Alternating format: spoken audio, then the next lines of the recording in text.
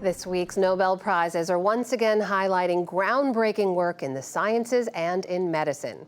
William Brangham spoke with one of the winners whose work led to a profound change in tackling the pandemic. This award was given to two people whose breakthrough work on messenger RNA made possible the creation of the COVID-19 vaccines, which have saved millions of lives around the world and helped bring a global pandemic under control. One of those award winners joins us now, Hungarian-born biochemist Katalin Karikó. She's also just published a very well-timed memoir called Breaking Through: My Life in Science. Katalin Karikó, so good to have you on the NewsHour. Enormous congratulations to you on this award. We're just a few days now post this announcement. I'm curious, how is this all sitting with you right now? Thank you very much for inviting me.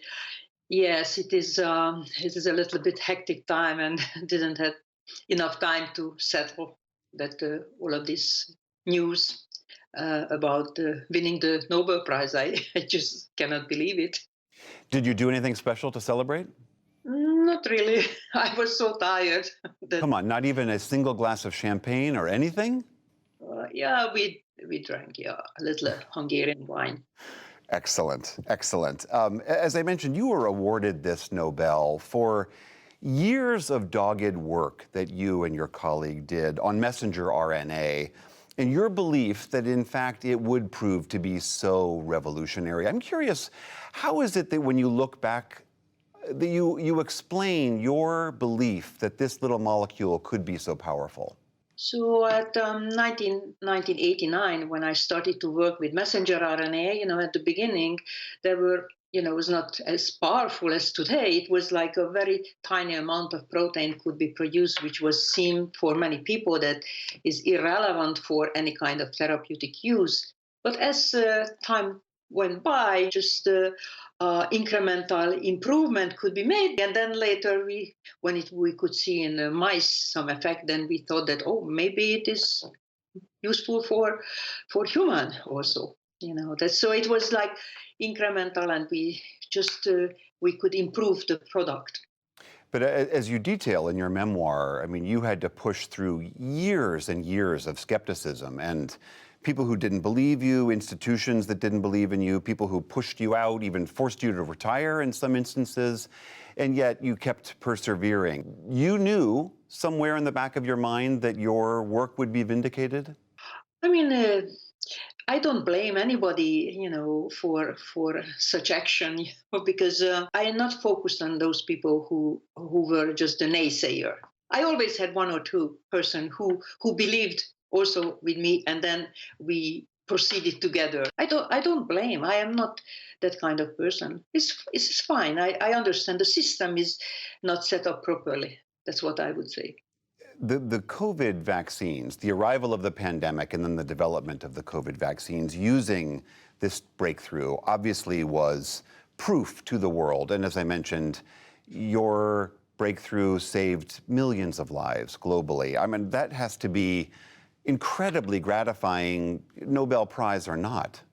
Yes, indeed. 10 years ago, I started to work at BioNTech, and 2018, BioNTech Pfizer signed an agreement to develop an mRNA-based vaccine for influenza. And we already proceeded for 2 years. We were ready with the product. And when COVID came, then we just had to change the template, and we could have the right vaccine. So I was always happy that I was part of this process. That's how I felt. As your memoir details, you came to the United States from remarkably modest circumstances back in Hungary, came here as a postdoc with $1,200 in cash stitched into the clothes of your child's teddy bear. I mean, when you look at that trajectory to where you came from to where you are today, do you ever reflect on that? Do you ever stop and think how far you have come along? Yes, of course, that. But if I say that, my father had 6 elementary education, and I grew up in a very modest home in a very small place, and I went on and went to university. I finished high school, went to university, and then get PhD, and that was already, if I keep looking back, it would be such a distance. So it is a, yeah, it is a very long, long distance. But I more like look forward and ahead rather than keep looking back. That that's a long distance. Now I should rest a little bit now. No resting at all, it sounds like. Oh. I know you also did not go into this to become a champion of women in science, but the fact is very few women have won this award. I believe you're the 13th out of some 200 for the Nobel in Medicine.